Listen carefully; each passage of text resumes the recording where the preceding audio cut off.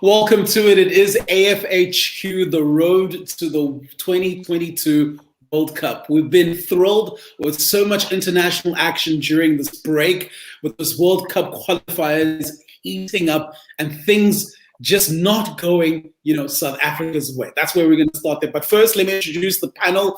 Back at it again. He's going to throw banter my way, but I'm prepared this time.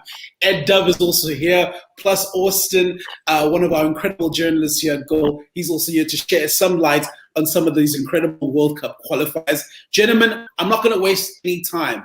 Let's jump into, of course, South Africa, Zimbabwe. The game was tight. I thought the Southern Africans might just tip it just a little bit. They looked good. Zimbabwe also came out to talk about how some of the players weren't 100% fit, but it was not to be. Hey, Austin? Yeah, it wasn't to be. I was quite happy with the hunger and desire, considering the fact that it's a new look team full of young stars. Yeah. This point will be important going forward if their intentions are really to qualify, since the coach has previously stated that he's trying to build a team that can compete the big guns in the future. I think you've touched on a good thing there. I don't think South Africa necessarily are intending to qualify. I don't know if they realise that only the top teams in the group go through to the next round, because they've got Ghana in that group. You can't afford to be drawn with Zimbabwe.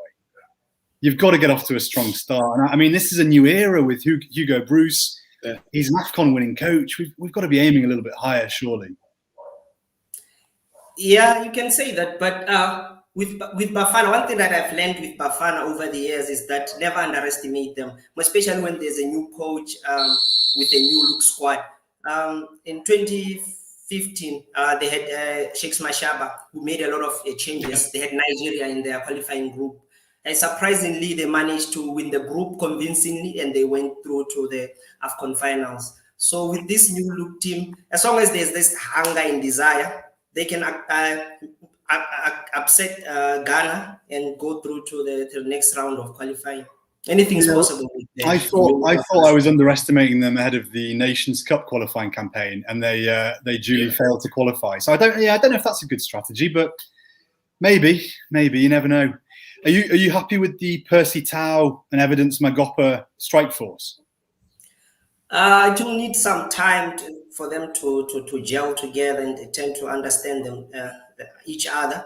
But it was promising for Magopa's side as a box striker. Percy Tau tends to flourish when he's more playing a free role, moving in behind the target man. So going forward, I think Hugo Bruce will make the right changes and play Tau in a position that suits him, because I felt that he wasn't playing his best position. I think you mentioned that well. Obviously, going forward, Hugo Bruce needs to make the certain changes. What changes do you think, could perhaps help South Africa, edge Ghana? Oh, with the current squad? Yeah. I think the only thing that he needs to change is introduce someone who can help carry the ball from midfield to the strikers quickly. Yeah. Because Gift Links, who's based in Denmark, struggled a bit to an extent that they decided to substitute him at halftime. So if they can get someone who can take the ball from midfield to the attacking areas quickly, then they'll stand a chance of countering against Ghana and possibly winning the game. Can I say this is a really decent Zimbabwe team, and I actually think that group is looking now like one of the toughest groups, because Ethiopia have just qualified for the AFCON, so they're not. They gave Ghana a hard time. South Africa, you hope they're going to be a bit stronger under Hugo Bruce, but Zimbabwe, I mean, could they be now the dark horses to top this group? I like their solidity. I think Marshall Manetsi, we saw what he did against Lionel Messi in Ligue 1. I think he's a really strong presence in that midfield. And in the likes of Biliat, in the likes of Masona, of course with Kadewere of Lyon leading the line, they've got a real threat as well. I think they could be real dark horses for the third round. Yeah. Considering the fact that they were without Marvelous Nakamba, who's based in England and Premier League. So they have a very good squad. Anything is possible with that kind of team, because over the years, I've learned that Zimbabweans, they're hard workers. So if you underestimate them, they can pull off some surprising results and find themselves in the next stage of qualifying. Well, I think you touched on that really well. In terms of the hard work, I think that's definitely a point that we've seen, over, especially in this game now, with how solidified and the unity amongst the team and the side, just the energy that they've managed to keep up. So I think we'll definitely be keeping an eye on Zimbabwe and what they do in that group. But we go back up in Africa to take a look at the Super Eagles, who cruised into a 2-0 win. Kelechi Iheanacho also jumping on that score sheet. Ed, do you think they could qualify? I know you listed them in the top 5 of African teams to go to Qatar in 2022. What do you think of the result? Job done. I think it wasn't particularly pretty. It wasn't a particularly glamorous victory. It was not free-flowing, and there will be some fans who are unhappy about that, because there has been this criticism that with the wealth of options Nigeria have got, you do want to see something a little bit more easy on the eye, although it's not going to be easy on that Lagos pitch. But I think actually 2-0 win, it's a strong start to the campaign. Liberia, tricky opponents, but the big test now for Nigeria is upcoming, because they've got to go away to Cape Verde. They're going to be, of that team that started, Iwobi's not going to be able to play, and Ndidi's not going to be able to play, Aribo's out, Iheanacho's out, Balogun, Troost-Ekong. You're missing 6, 7 key players because of the ban on players from UK entering red list countries. Cape Verde away is a really tough game, and I hope Nigeria can maintain the momentum, but it won't be easy that way. Without those players that you mentioned, what do you think they need to do in order to keep that momentum? Well, you need to look to, first of all, I think the experience of Ahmed Musa. He'll come into the team replacing Iwobi. I think the likes of him, the likes of Samuel Kalou, another wide option currently playing for Bordeaux in France. You're going to look to these guys to really cause Cape Verde some trouble. And I also like the look of Paul Onuachu, towering striker. We talked about him a lot on AFHQ last season, a real goal threat in Belgium. He's someone, maybe without Iheanacho, is he someone who can come in, stake a claim, make an impact? He scored against Benin in the AFCON qualifiers. Listen, what is a problem for Nigeria can also become an opportunity for some of the fringe players to stake their claim. My real worry is in defence, because you're missing your 2 key centre backs, and that's not going to be easy for any team, to be honest. I hear you. And I think it's also important to obviously discuss, as we've mentioned, those missing players and plus their struggles in defense. Do you think they could get that result over Cape Verde? Or do you think it's just going to be one of those where, they can let a point or 2 go? Draw away at Cape Verde now. Think about it. Cape Verde's the hardest game that they're going to have in this qualifying campaign. Cape Verde, very tricky. They've recently taken points off Cameroon. They've been at recent AFCONs. They've got a good, solid unit, good working rate in that team, great togetherness. They can cause you troubles. Take a point away at Cape Verde. That's a great result, and you're in pole position in the group then. I think we need to move over to it. Yeah, go for it. Yep. For me, looking at this Nigeria and their head coach, they have this experience from the previous qualifying campaigns. So I'm backing them to pull off a win away from home, because they have enough quality even without those missing players. No, sure. No, definitely. I think I agree with you on that one. As Ed mentioned, it's definitely going to be a tricky outing for them. But a team that looks like every single challenge that comes their way, they're just breezing through. And of course, setting records in African football is the one and only Algeria, with an 8-0 win and 28 games unbeaten. Ed, I don't know how to describe the run that they're going on, but do you think they can keep it up? Well, with the greatest of respect to Djibouti, not the toughest challenge. I think if you're looking at the World Cup, I don't know what you're laughing at down there, because South Africa, I mean, they won't be at the AFCON anytime soon. But it's an ideal start to your World Cup qualifying campaign. Yeah, I think 8-0, it really sets the tone. It really sends the message. I'm actually want to pay a bit of tribute to Djibouti as well, jokes aside, because you see 8-0 and you think that Djibouti must have been disastrous and it's a shocking performance.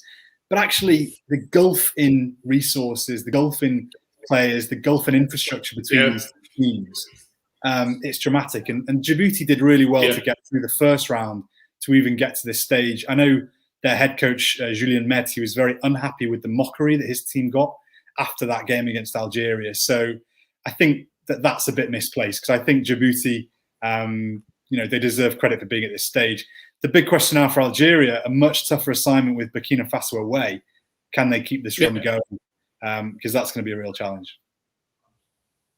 And I think the one thing that I've noticed out of the result was that some of the players, not the big star players, were also chipping in terms of the workload on the pitch. And also, I want to direct this to you. How important is that for those players who are not of a certain star caliber, but of course in the fringe and in the mix in the squad, to put their hands up every single time they get a few minutes on the pitch?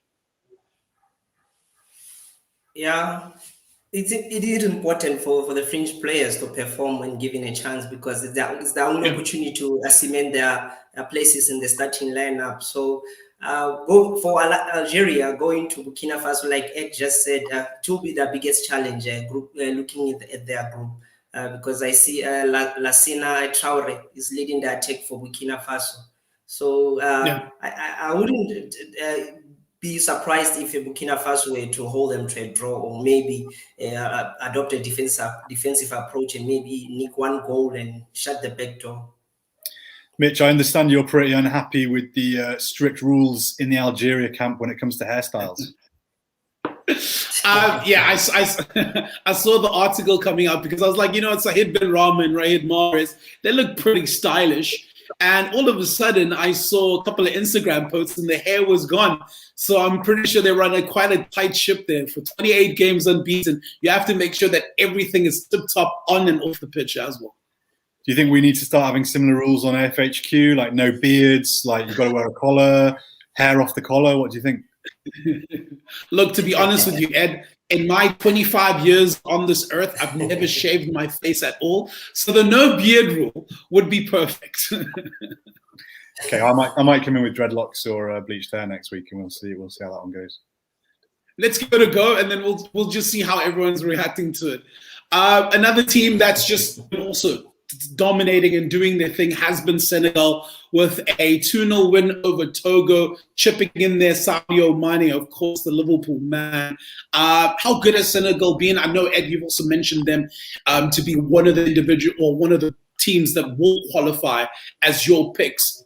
Do you think they can just keep the ball rolling and get to Qatar 2022? Yeah, I like the defence. I like Idrissa Gueye protecting Koulibaly, protecting Edouard Mendy.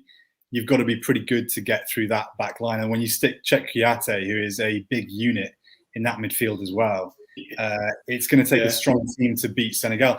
However, they do still lack a bit of, they dropped Mane more into the midfield against Togo, and they still took almost an hour to break their opponents at home. So I do think Senegal could be neutralised. And I think that's something that opposition teams, whether it comes to the playoffs or later in the group stage, I think opposition teams will feel quietly confident that if you silence them, you might be able to get a result. Austin, how do you think teams should go about in terms of when there's a dry spell up front, when there isn't a lack of goal threat, or they're not able to nick those goals in there? What systems do you think they should adapt in order to be able to get the results and to be able to change things around in their benefit? You are referring to Senegal's next opponents, or? Yeah, I'm just referring to in terms of, as Ed mentioned, how they had to drop Sadio Mane into the midfield, which means, when you look up front, there's also not that much of a goal threat in terms of if Sadio Mane had to join the front three and was up there in the fringes instead of, dropping into the midfield and helping out in that kind of section. Mitch, some of the greatest managers in the history of world football have struggled with this question. It's quite a big one for Austin. He's a journalist. He's not. I was just wondering. What's he learned from Mo Mane over all these years? Look, I was thinking of in terms of how some managers might set up a defensive kind of system and then try to go up and try to nick those, free kicks or set pieces. And that's where perhaps they set up their goal threats. I mean, that's what I would do. You need pace, or you need width, or you need a quality number 10. And Senegal have got the pace, they've got the width, but they don't have a quality number 10 unless you're going to use Mane in that kind of role, in my opinion. But you can ask Mo Samane down there; he might have some better ideas. There's this other player, Crépin Diatta, the one who's on in the books of Monaco. He's one player that I thought would is the future. One player would be identified as the future Sadio Mane, being able to play in those attacking area positions like playmaker, wing attack, and right attack. So I was surprised to see him not starting in this previous game. So going forward, they should start introducing him, or maybe starting him. There's a potential to be one of the best African playmakers. Now he recently moved to Monaco, where he's able to express himself in one of the top 5 leagues in Europe. Yeah, that's a good point. Diatta wasn't in the squad for this break, and I think that's a good point, because you need that second threat, you need that third threat, and actually, in principle, I don't think Senegal are short of players like who can play in that role. Ismaila Sarr, Pape Sarr, we've seen recently signed for Tottenham, and you've also got Abdallah Sima, who signed for Brighton. But do you have that midfield creative genius? That's very hard to find, and I think that if you don't have it, I mean, you look at Morocco with Ziyech, with Tarabt, with Boufal. They've got players who can really unlock a defence, as do Algeria, of course. Even Iwobi, he's not the best at it, but on his day, he could provide that spark of genius. Do Senegal have that? I'm not convinced they do. I guess we're going to have to wait and see how things go for them. But as Ed mentioned, Morocco getting a 2-0 win against Sudan. Could they also be those contenders that will definitely cement their place in the 2022 Qatar World Cup, Ed? There are no definites, but I'm certainly putting Morocco in my top 5 qualifiers right now. I mean, another team with options. Solid. They control games. They've got a strong starting 11. They've got some superstars. We talked about Senegal. How many different ways can you hurt a team? When you've got Hakimi bombing down the right, you've got Ziyech pulling the strings, although he wasn't there against Sudan, and he's currently at odds with the coach. And you've got En-Nesyri up top, a really well-rounded striker, and Adel Tarabt, one of my all-time favourite players. Then you've got options. You've got ways you can hurt a team, and they even got the opening from a set piece with Naif Aguerd, the centre-back, opening the scoring. So that just demonstrates how many different ways they can hurt you. So I'm backing them to go the distance there. And you touched on Ziyech here. I wanted to jump onto that. Obviously, the whole what's happening in terms of the injury situation with him and the head coach. What does that do for the squad? Especially when these World Cup qualifiers are here at your door, and it's quite important fixtures where it seems this to be a tiff between the manager and one of your star and key players. Yeah, well, obviously, we talk about standards at AFHQ when it comes to haircuts, and obviously whatever Ziyech has been doing in the Morocco team camp, it's not the kind of standards we would accept, not the kind of standards Morocco would accept. I don't know the full details, but I think that obviously there are confusions about his recovery from his injury. But I think that what Ziyech going to Instagram to air your dirty laundry and kind of mocking the national setup. We talked about this on the transfer deadline show, and it's not a good strategy to do that. I mean, you don't want to rub those kind of people up the wrong way. I think Morocco can get by against teams like Sudan without Ziyech, but when you come to that playoff round, or you come to the World Cup itself or the AFCON, you want your players like that involved, to be honest. And also, I think this is the perfect moment to jump into, Cameroon and Malawi. Cameroon with a 2-0 win. They're also just looking quite good at this moment in terms of their upcoming fixtures. They look like they could be their team to, make sure that they put themselves in a good enough position to qualify for the World Cup.